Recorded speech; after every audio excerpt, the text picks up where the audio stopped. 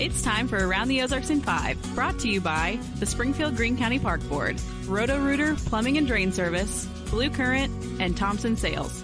Here are your hosts, Ethan and Sarah Foreheads. Hey, good Thursday morning to you. Hope your week is going well. We are going to start with some news. All right, here's a look. Family medicine doctor at Cox Health is now behind bars. Dr. Louis Crin is charged with second-degree sexual assault and sexual contact with a student. Yeah, incidents that apparently did not happen while he was acting as a doctor on the job. Court documents say the alleged sexual contact was as a volunteer with a Springfield Public Schools student. Cox says Dr. Crin is on leave as is protocol pending that investigation. Another ATM was ripped apart by thieves. Yesterday, an ATM in Buffalo was the target. In the last 6 months, 16 ATMs have been hit. Can you believe that? A lot of times it's happening in rural areas like Urbana and Salem, for instance.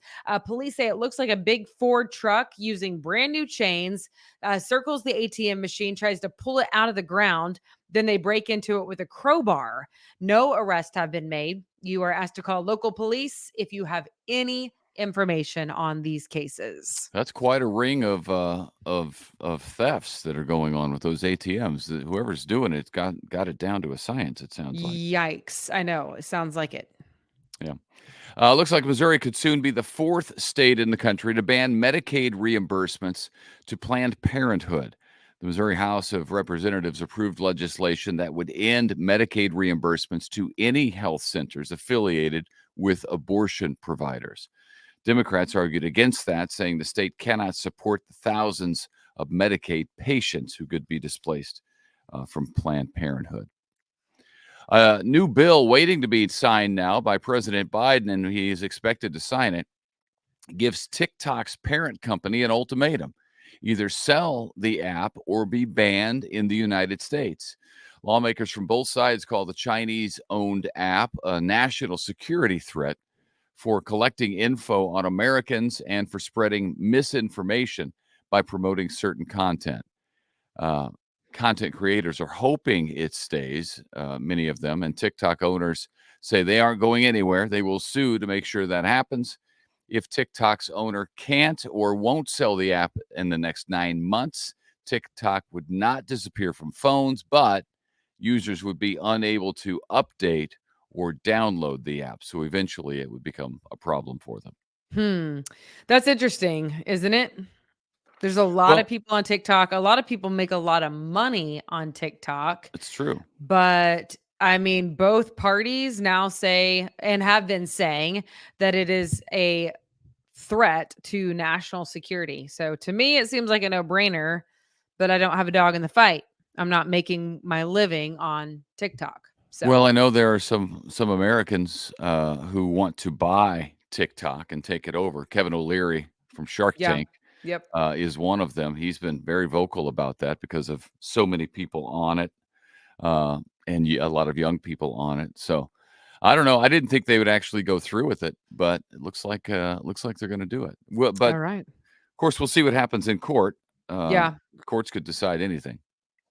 But for now, 9 months, and then a decision must be made. Yeah. All right. It was a standing ovation on Tuesday night at the Springfield Public School Board meeting. Olinda Osborne was the bus driver 3 weeks ago. You'll remember when a 25-year-old man who was a registered sex offender forced his way onto her bus.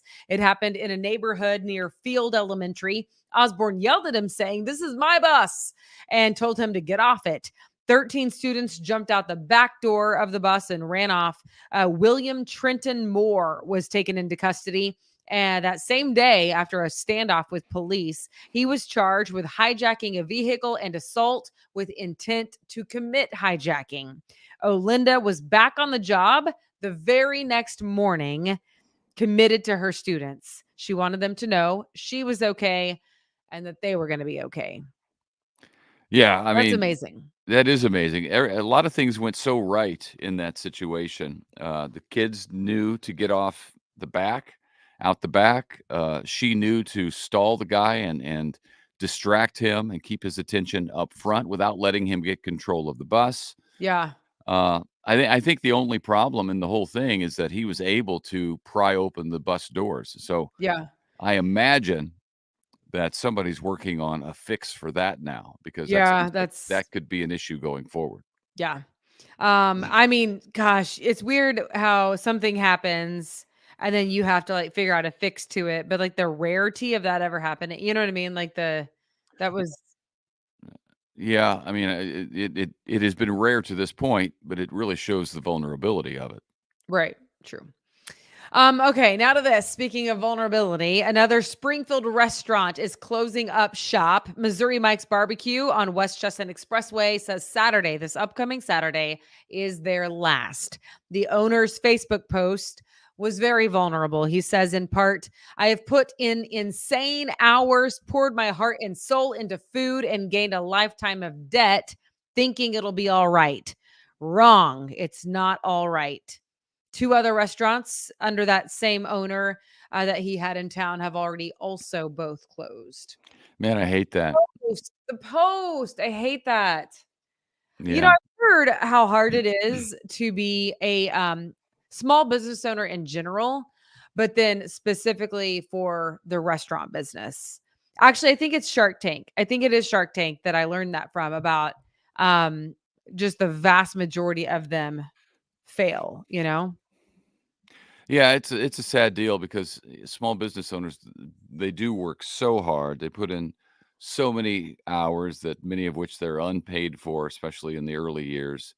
Many times they spend all of their savings to make this dream come true. And then, man, when it doesn't work out, it's crushing. It's a Yeah. crushing blow. Yeah. Hate it. So, yep, you can hit him up between now and Saturday if you want to. Hate it for him.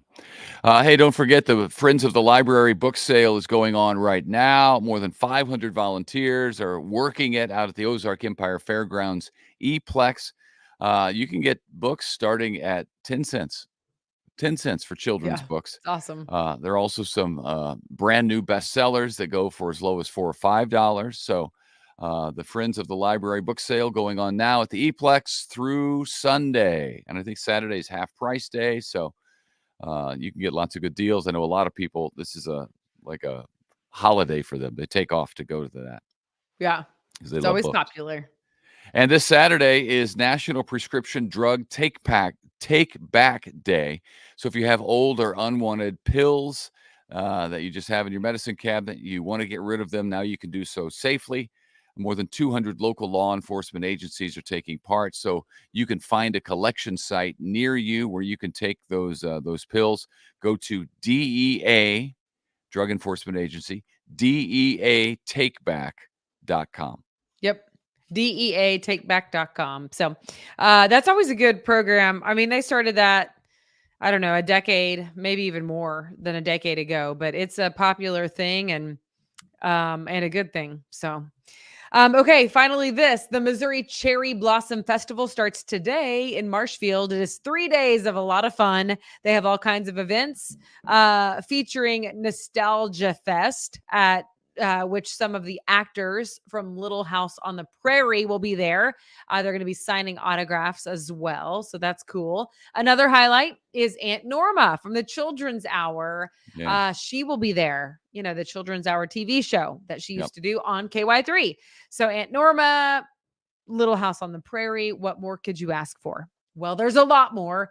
You can check out their complete schedule at cherryblossomfest.com. Yeah, I was looking at that schedule yesterday, and man, it is full. It is It is full of always stuff. impressive. It is always impressive. They have you been? descendants. I've never been, but they have descendants from presidents that will be there talking Yeah. about history, and former first ladies, family members, and just talking about the importance of they've got just a lot of stuff. Yeah. I have been, and it is truly impressive. And it's been a few years, but it's worth your time. And I hope that the weather is good because that's huge for obviously any outdoor activity. And I know that there's rain in the forecast today. So you'll have to stay tuned for Abby Dyer. Get your wake up weather with Abby. But man, I hope for them good weather for the whole Well, weekend. and I saw a lot of that stuff is indoors, so it's a mixture. Yeah. Right. It is a mixture, but like there's a parade Right. typically. So yeah. Okay. Well, thanks so much for joining us. Ethan, glad you're feeling a little tiny bit better. Yeah, Um, a little bit better. I'm yeah. faking it well. Yeah. I know. I do. I feel like you're faking it well. Good job, babe. All right. Okay. Have a great day and we'll see you tomorrow. Yep. See ya.